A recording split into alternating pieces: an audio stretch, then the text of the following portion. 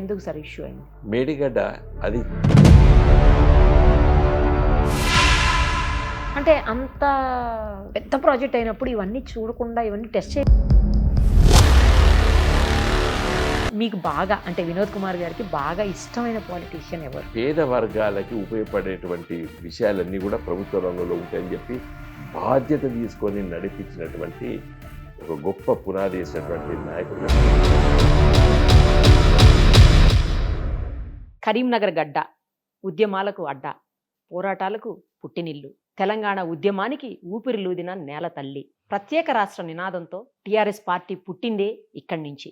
అందుకే కరీంనగర్ను గెలిస్తే మొత్తం రాష్ట్రమంతా మనదే అన్న ఫీలింగ్ ప్రతి పార్టీకి ఉంటుంది. ఇక్కడ గెలవాలి అని ప్రతి ఒక్కరూ అనుకుంటారు. చాలా ప్రతిష్టాత్మకంగా తీసుకుంటారు ఇక్కడ ఉన్నటువంటి అన్ని సీట్లను. సో ఇక కరీంనగర్ గురించి చెప్పాలంటే ఘనమైన చరిత్ర ఉన్నటువంటి నగరం. కరీంనగర్ నుంచే అంతకు ముందంతా కొన్ని ఏళ్ల పాటు సిద్దిపేటలో ఎమ్మెల్యేగా ఉన్నటువంటి బీఆర్ఎస్ అధినేత కేసీఆర్ గారు మొట్టమొదటిసారి ఇక్కడి నుంచే పార్లమెంట్లో అడుగుపెట్టారు. జాతీయ స్థాయిలో గుర్తింపుని తెచ్చుకున్నారు. సో అంతటి ప్రతిష్టాత్మకమైనటువంటి సీట్ ఇది. సో ఇక్కడి నుంచి మనకు తెలుసు బోయినపల్లి వినోద్ కుమార్ గారు ఎంపీగా 2014లో మొదటిసారి పార్లమెంట్కి ఇక్కడి నుంచి అడుగుపెట్టారు. అఫ్ కోర్స్ ఆయన అంతకుముందే ఎంపీ అనుకోండి, బట్ ఇక్కడి నుంచి మాత్రం 2014లో ఆయన పోటీ చేశారు. 19లో ఓడిపోయారు.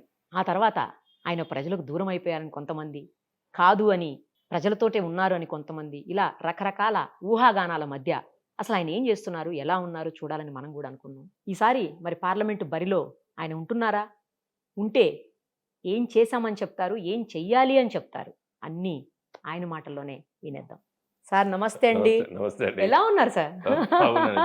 మరి ఏంటి ఈసారి ఎన్నికల్లో మీరు బరిలో ఉన్నారా లేదా? కరీంనగర్ బరిలో తప్పనిసరిగా పోటీ చేస్తానండి కరీంనగర్ పార్లమెంట్ సభ్యుడిగా. ఎందుకంటే పోటీ చేసి మళ్ళీ ప్రజల ఒక ఆదరణ లభించేటట్టు మేము పనిచేయాలి. నాకు నమ్మకం ఉంది తెలంగాణ రాష్ట్ర ప్రజలు ఈరోజు అయ్యో కేసీఆర్ గారి ప్రభుత్వాన్ని మనము కోల్పోయాము, ఆ పార్టీని ఊడగొట్టాము, ఈసారి పార్లమెంట్ ఎన్నికల్లో తప్పనిసరిగా మళ్ళీ గులాబీ జెండాను గెలిపించాలనేటువంటి ఆలోచన ఇప్పుడిప్పుడే ప్రజలకు వస్తుంది. కాబట్టి నాకు చాలా పూర్తిగా నమ్మకం ఉంది. కరీంనగర్ పార్లమెంట్ నియోజకవర్గం నేను పోటీ చేస్తాను, తప్పనిసరిగా గెలుస్తాననేటువంటి విశ్వాసం నాకుంది. ఇప్పుడు కరీంనగర్ పార్లమెంటు ఓటర్లంతా బోయినపల్లి వినోద్ కుమార్ గారికి ఎందుకు ఓటు వేయాలి అని అడిగితే ఏం చెప్తారు?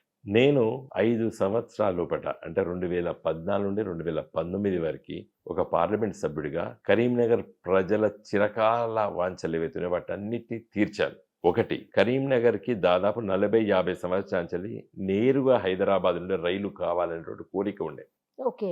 చాలా మంది పార్లమెంట్ సభ్యులు ప్రయత్నం చేశారు, పాపం వాళ్ళ చేతనంత వరకు ప్రయత్నం చేశారు. 2004లో కేసీఆర్ గారు కరీంనగర్ ఎంపీగా ఉన్నటువంటి రోజుల్లో వారు స్వయంగా సోనియా గాంధీ గారిని అడిగి ఆ రోజు మరి రైల్వే శాఖ మంత్రి లాలూ ప్రసాద్ గారు ఉండే, వారి ద్వారా బడ్జెట్లో ఈ రైల్వే లైన్కి సర్వే చేపించారు కేసీఆర్ గారు.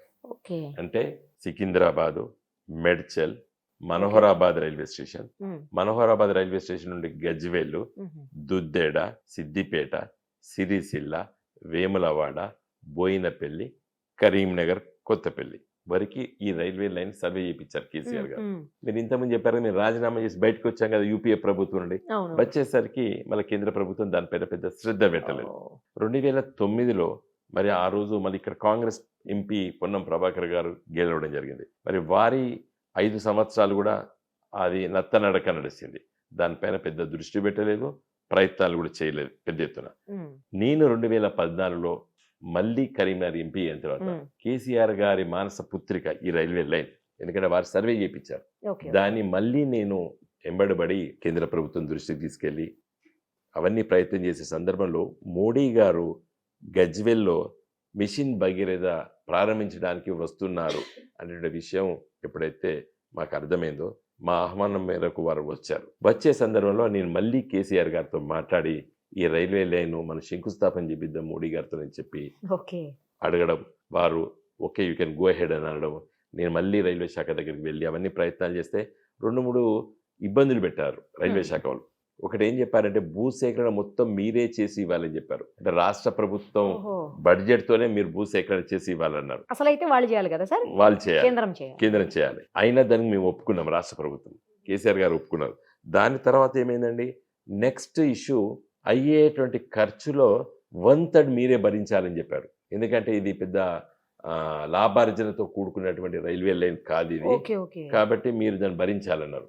దానికి కూడా కేసీఆర్ గారు యాజ్ ముఖ్యమంత్రిగా ఒప్పుకోవడం జరిగింది. ఈ రెండు ఒప్పుకున్న తర్వాత కూడా రైల్వే శాఖ అధికారులు ఎంత పెద్ద కుండి పెట్టిరంటే, ఇది రేపు రైల్వే లైన్ అయిన తర్వాత కూడా 5 సంవత్సరాలు నడిచినప్పుడు నష్టాలు కూడా మీరే భరించాలి ఓహో అని కూడా మనొక తిరకాసు పెట్టారు. అది కూడా ముఖ్యమంత్రి గారు ఒప్పుకోవడం జరిగింది, కేసీఆర్ గారు ఆ రోజు. ఒప్పుకున్న తర్వాత నేను రైల్వే శాఖ వాళ్ళు ఓకే అన్నారు, ప్రధానమంత్రి గారు కార్యాలయం ఓకే అన్నారు, మోడీ గారు దానికి శంకుస్థాపన చేశారు. ఈరోజు ఈ ప్రయత్నం వల్ల ఈ రైల్వే లైను ఇప్పుడు సిద్దిపేట వరకు కంప్లీట్ అయింది. సిద్దిపేట నుండి సిరిసిల్ల వరకు భూసేకరణ చేసి రైల్వే శాఖకు అప్పచెప్పడం జరిగింది. టెండర్లు పిలిచారు, పనులు జరుగుతున్నాయి. సిరిసిల్ల నుండి వేములవాడ, బోయినపల్లి, కరీంనగర్ వరకు భూసేకరణ దాదాపు ఒక కొలిక్కి ఉంది, లాస్ట్ స్టేజ్లో ఉంది. అది కంప్లీట్ అయితే నా దృష్టిలో 2025 డిసెంబర్ వరకు కరీంనగర్కి నేరుగా హైదరాబాద్ నుండి రైలు వస్తుందండి. ఇది big achievement of biggest achievement, నా అచీవ్మెంట్ ఇది. తర్వాత రెండో విషయం, మోడీ గారు దేశంలో 100 స్మార్ట్ సిటీస్ అనౌన్స్ చేశారండి. అవును మన తెలంగాణ రాష్ట్రానికి 2 ఇచ్చారు, ఒకటి హైదరాబాదు, ఒకటి వరంగల్. ఈ 2 నగరాలకు ఇచ్చిన సందర్భంలో నేను కేసీఆర్ గారి దగ్గరికి వెళ్ళి అడగడం జరిగింది. హైదరాబాద్ చాలా గొప్ప మహానగరం, కేంద్ర ప్రభుత్వం ఇచ్చే 500 కోట్లతోని హైదరాబాద్లో ఏ మూలకో పోతాయి ఆ డబ్బులు. ఇంత పెద్ద నగరంలో 500 కోట్లు పెద్ద ఇంపార్టెంట్ కాదు. కాబట్టి ఇది వేరే సిటీకి మనం తీసుకొస్తే ఆ సిటీ చాలా అద్భుతంగా పెరుగుతుంది అని చెప్తే కేసీఆర్ గారు వెంటనే హైదరాబాద్ అంత పెద్ద నగరానికి మనకు ఉప్పేసి పొత్తు ఊడినట్టు ఉంటుంది. 500 రూపాయలు ఇచ్చేసి హైదరాబాద్ మొత్తం పేరు వాళ్ళకు వస్తుంది. కాబట్టి మేము టాక్టిఫుల్గానే కరీంనగర్ నగరాన్ని ప్రతిపాదన చేయడం జరిగింది. వెంకయ్య నాయుడు గారండి, వారికి నేను ధన్యవాదాలు మళ్ళీ చెప్తున్నాను సుమన్ టీవీ ద్వారా. వారు నేను వెళ్ళి తిరగడం వల్ల ఇబ్బందులు ఉండే, ఎందుకంటే ఇది అర్హత లేదు, 10 లక్షల జనాభా ఉండాలి, లేదు, కొన్ని వేరే టెక్నికల్ ప్రాబ్లమ్స్ ఉండే. కానీ వెంకయ్య నాయుడు గారు దాన్ని క్లియర్ చేపించి నాకు అప్పచెప్పడం జరిగింది. నేను ఆ రోజు ఉన్నటువంటి మా మేయర్ని, కరీంనగర్ మేయర్ని, కార్పొరేటర్స్ని, మరి గంగుల కమలాకర్ గారు అప్పుడు శాసనసభ్యులు కరీంనగర్, ఇప్పుడు కూడా శాసనసభ్యులు వారిని తీసుకెళ్ళి ఢిల్లీలో వెంకయ్య నాయుడు గారి ఇంట్లో మరి అల్పాహారం విందు కూడా మాకు ఇచ్చి మాకు ఈ స్మార్ట్ సిటీ ఇవ్వడం జరిగింది. కాబట్టి ఇది కరీంనగర్ ప్రజలు ఊహించలేదు. కరీంనగర్ నగరంలో ఈ రోజు మీరు ఏ గల్లీ పోయినా ఎక్కడ పోయినా సీసీ రోడ్స్, తర్వాత drinking water, solar panels, government ఇంకా పనులు జరుగుతున్నాయి. 600 కోట్ల పనులు జరిగినాయి, ఇంకా 400 కోట్ల పనులు జరగవలసింది. మానేరు రివర్ మీరు వస్తుంటే అవపడుతుంది, అక్కడ ఒక కేబుల్ బ్రిడ్జ్ కట్టాం. తర్వాత రివర్ ఫ్రంట్, ఎట్లయితే అహ్మదాబాద్ లో సాబర్మతి నది పైన రివర్ ఫ్రంట్ ఎట్లయితే మోడీ గారు ఆ ప్రభుత్వం కట్టిందో, ఆ విధంగా మానేరు రివర్ ఫ్రంట్ కూడా ఆలోచన చేసి పనులు జరుగుతున్నాయి. సో ఈ విధంగా కరీంనగర్ నగరానికి మరి ఒక మంచి నగరంగా తీర్చిదిద్దాలని చెప్పి ఆలోచన చేయడం జరిగింది. తర్వాత నేను ఎంపీ కాకముందు 2014లో కరీంనగర్ నగరానికి జాతీయ రహదారులు లేకుండే. హైవేస్ లేవు అసలు. నేను వచ్చిన తర్వాత ఎలకతుర్తి, హుస్నాబాదు, సిద్దిపేట, రామాయణపేట నుండి మెదక్ నుండి అటు పిట్లం వరకు ఒక జాతీయ రహదారి శాంక్షన్ చేపించాం. ఎలకతుర్తి అంటే వరంగల్ పక్కకు. తర్వాత జగిత్యాల, కరీంనగర్, వరంగల్కి NH 563 పనులు వేగవంతంగా జరుగుతున్నాయి ఇప్పుడు. తర్వాత ఇంకో 3 ప్రతిపాదన చేశాను. కరీంనగర్, వేములవాడ, సిరిసిల్ల, కామారెడ్డి, తర్వాత పిట్లం, నాందేడ్ వరకు ఒక జాతీయ రహదారి. కరీంనగరు, తర్వాత సల్లూరు, వేనువంక, జమ్మికుంట, టేకుమట్ల, భూపాలపల్లి, సీరోంచ వరకు ఒక జాతీయ రహదారి. తర్వాత అన్నిటికన్నా ముఖ్యంగా నేను పార్లమెంట్లో కూడా 2-3 సార్లు ప్రస్తావించాను. ఇలా రామగుండం నుండి పెద్దపల్లి, కరీంనగర్, సిద్దిపేట, హైదరాబాద్. ఈ రోజు మీరు హైదరాబాద్ నుండి ఏదైతే వచ్చినటువంటి రహదారి ఉందో ఇది స్టేట్ హైవే, అది దీన్ని నేషనల్ హైవేగా చేయాలని చెప్పి కూడా పట్టుబట్టడం జరిగింది. సో కొన్ని పనులు జరిగినాయి, కొన్ని పనులు నేను మొదలు పెట్టాను, కానీ దురదృష్టవశాత్తు వాటిని కొనసాగించలేదు, ఆగిపోయినాయి కొన్ని పనులు. తర్వాత ఈ నగరానికి ఒక IIIT సెంట్రల్ గవర్నమెంట్ 20 IIITs ఇచ్చింది దేశవ్యాప్తంగా. మన రాష్ట్రానికి ఒకటి కూడా ఇవ్వలేదు. మీరు ఇవ్వాలని చెప్పి పట్టుబట్టాను. 50 ఎకరాల భూమి కూడా మేము కేంద్ర ప్రభుత్వానికి సూచనప్రాయంగా అప్పచెప్పడం జరిగింది. బట్ అన్ఫార్చునేట్లీ మరి వాళ్ళు ఇవ్వకుండా కర్ణాటకకు 2ది ఇచ్చారు, మన రాష్ట్రానికి ఇవ్వలేదు, తెలంగాణకి. నేను దానికోసం పట్టుబట్టాను. రేపు ఫ్యూచర్లో డెఫినెట్గా నేను మళ్ళీ గెలిచిన తర్వాత దాన్ని ఎంబడబడతాను. ఒక 888 కరీంనగర్ రావాలి అంటే దేశంలో వివిధ రాష్ట్రాల్లో ఉన్నటువంటి విద్యార్థులు వచ్చి చదువుకుంటారు. సో ఇది ఒక హ్యాపెనింగ్ సిటీగా, ఒక రాష్ట్రంలో ఒక చిన్న నగరం నుండి దేశంలో పేరు ప్రతిష్టలు వచ్చే నగరంగా మార్చాలనేది నా అభిప్రాయం. కాబట్టి కరీంనగర్ ప్రజలు నేను చేసిన పనులకు నాకు ఓటు వేయాలి, చెయ్యాలనుకున్న పనులకు కూడా మీరు ఓటు వేయాలని చెప్పి నేను కోరుతున్నాను. ఇప్పుడు ఆగిపోయే పనులని మీరే చెప్తున్నారు, కొన్ని ఆగిపోయాయి అని చెప్పేసి. వాటిని కంటిన్యూ చేయాలి అంటే ఆ అవకాశం ఉంటుందా మీరు వచ్చిన తర్వాత? ఎందుకంటే ఆగిపోయిన వాటిని మళ్ళీ మొదలుపెట్టే పరిస్థితి ఉంటాయి ఉంటుందంటారా? కంపల్సరీ. ఎందుకంటే ఇప్పుడు యాక్చువల్గా రాజకీయ నాయకులు ఎలక్టెడ్ రిప్రజెంటేటివ్స్ అండి. ఉమ్, మనము ప్రజలకి సేవ అంటే కేవలము బాతాకాని కాదు, ఊరికే మాటలు చెప్పడం కాదు, కొంత పని చేయాలి. అంటే దానికి రిప్రజెంటేషన్స్ రాయాలి, లేఖలు రాయాలి, అధికారుల చుట్టూ తిరగాలి, వాళ్ళని ఒప్పించాలి, అధికార యంత్రాంగం ఇబ్బంది పడుతుంటే ఆ ఇబ్బందుల్ని సడలించాలి, ఆ ఇబ్బందులు రాకుండా చూడాలి. ఇప్పుడు జాతీయ రహదారులు ఉంటాయి, మనం పట్టించుకోకపోతే భూసేకరణ కొన్ని సంవత్సరాల పాటు జరుగుతుంది. అదే మన చెరువు ఉన్నదనుకోండి, అక్కడ ఉన్నటువంటి లోకల్ లీడర్స్ని, అక్కడ ఉన్నటువంటి జాయింట్ కలెక్టర్ని కూర్చోబెట్టి మాట్లాడించి రిజాల్వ్ చేసేటువంటి ఒక ఫెసిలిటేటర్గా ఉండాలి. అభివృద్ధి ఆకాంక్షించేటువంటి ప్రజాప్రతినిధి ఈ పనులు చేయాలి. దురదృష్టవశాత్తు చాలామంది అలాంటి పనులు చేయకపోవడం ప్రజలకు సమయం లోపల పనులు కాకలేకపోతుంది. మీకు బాగా అంటే వినోద్ కుమార్ గారికి బాగా ఇష్టమైన పాలిటీషియన్ ఎవరు? డెఫినెట్గా మనకు ప్రధానమంత్రిలో చూసినట్టయితే పండిత్ జవహర్ లాల్ నెహ్రూ గారండి. ఎందుకంటే he laid strong foundation for Indian democracy and Indian population తగ్గట్టు తన ఆలోచన చేసి Okay. ఈ దేశాన్ని ఏ విధంగా ముందు తీసుకెళ్ళాలని చెప్పి ఒక కొత్త ఆలోచన విధానము, మిశ్రమ ఆర్థిక వ్యవస్థ, మిక్స్డ్ ఎకానమీ, ఉమ్, అది కొత్త ఆలోచన. అంతకుముందు క్యాపిటలిజం, సోషలిజం ఈ రెండే ఉండేది ఏది స్వాతంత్రం Right, రాకముందు. right. అయితే పెట్టుబడిదారు దేశాలు, సోషలిస్ట్ దేశాలు ఈ రెండు బ్లాక్స్గా ఉండేది. అటు అమెరికా నాయకత్వాన క్యాపిటలిజం, రష్యా నాయకత్వాన, యుఎస్ఎస్ నాయకత్వాన సోషలిజం, కమ్యూనిజం.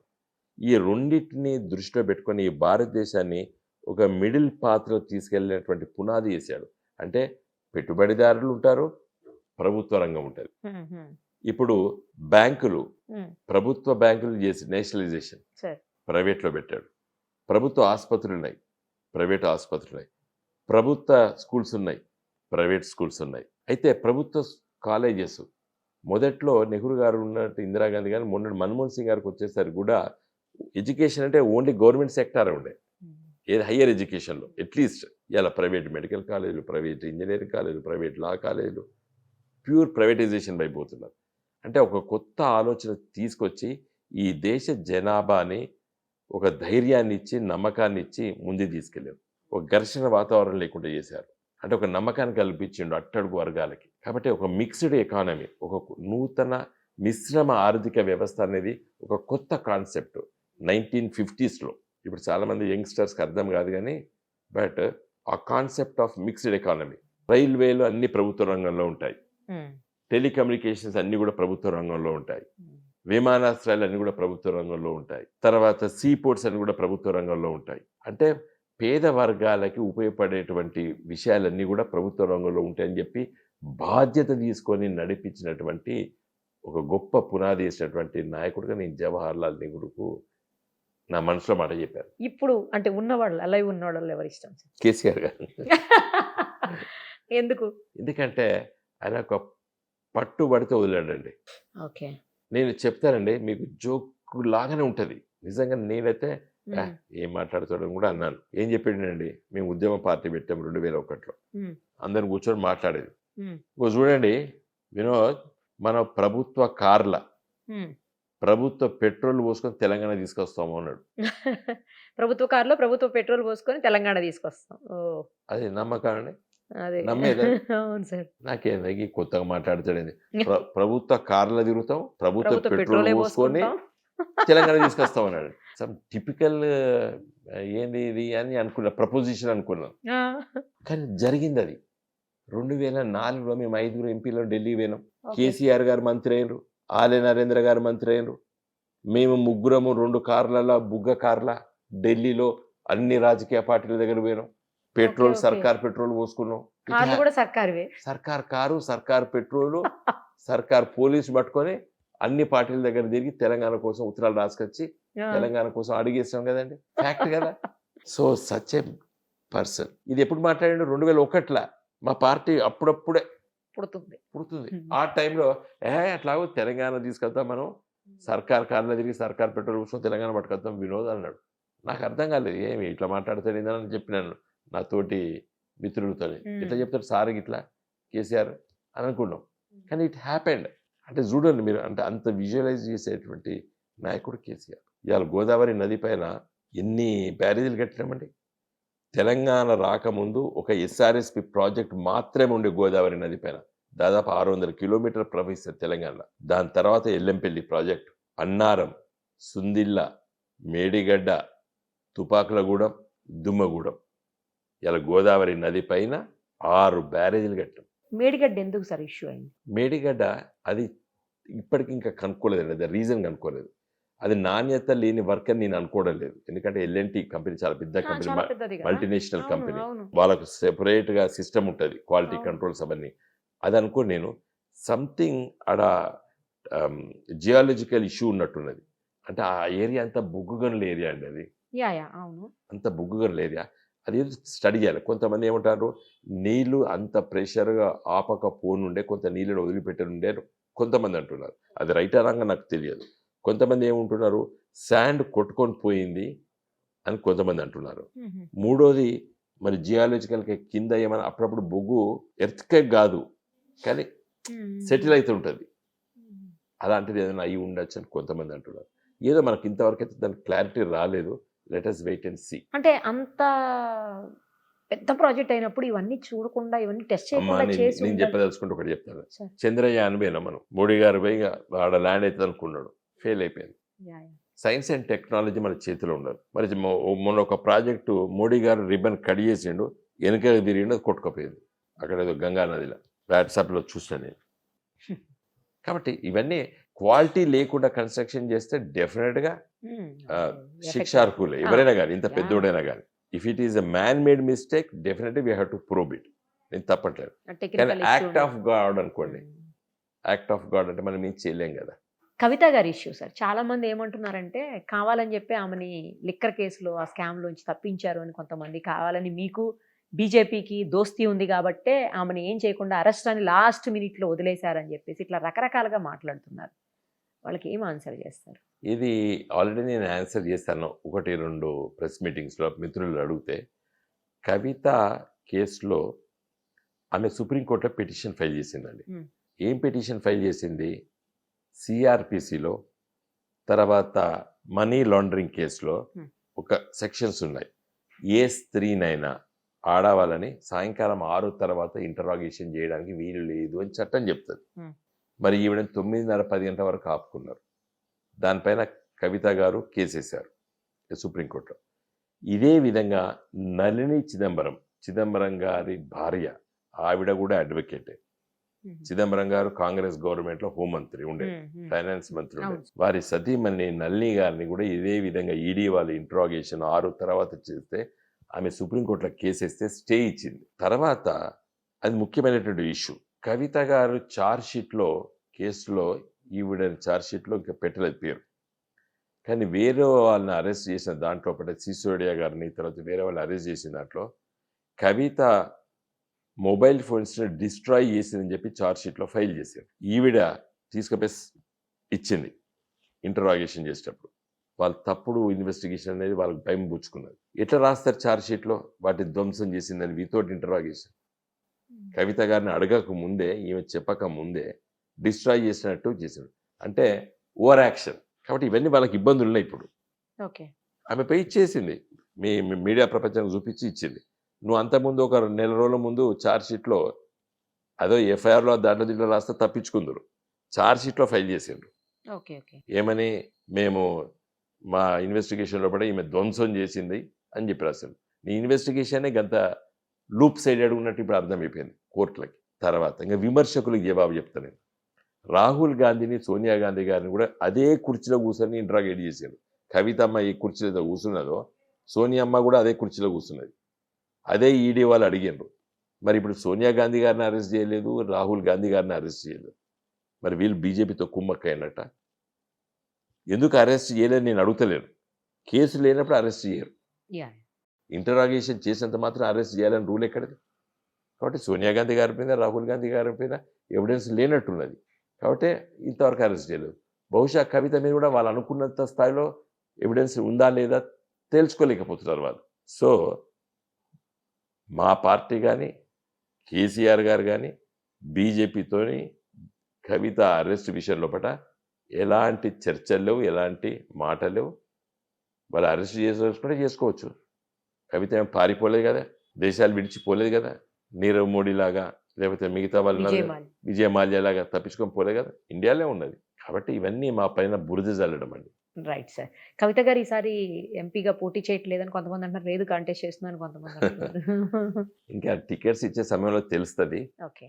బట్ కేసీఆర్ను కేటీఆర్ అయితే చేయనని మాత్రం చెప్తున్నారు. అవునవును. ఇంకా కవిత విషయంలో నాకు తెలియదు. Right sir. Thank you. All the very best sir. Thank you so much.